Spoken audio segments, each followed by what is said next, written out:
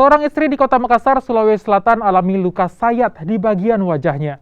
Korban alami penganiayaan setelah terlibat cekcok dengan suaminya. Korban pun sempat meminta tolong lewat siaran langsung di media sosial. Tolong kak, tolong saya di kantor gubernur. Tolong saya di kantor gubernur. Inilah rekaman seorang wanita berinisial SW yang meminta tolong melalui siaran langsung di media sosial. Korban meminta tolong setelah alami penganiayaan berupa sayatan di wajah.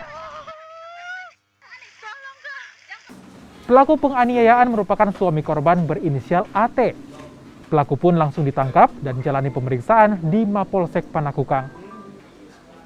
Dari keterangan polisi, tindakan penganiayaan ini terjadi setelah korban dan pelaku terlibat cekcok.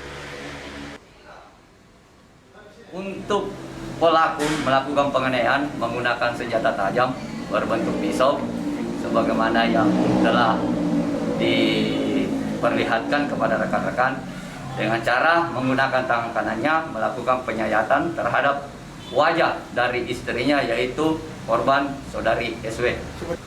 Untuk hasil penyelidikan dan berakhir dengan penyidikan untuk perkara ini, untuk pelaku untuk saat ini masih tunggal, di mana pelaku sendiri yang berinisial AI yang melakukan penganiayaan tersebut terhadap korban.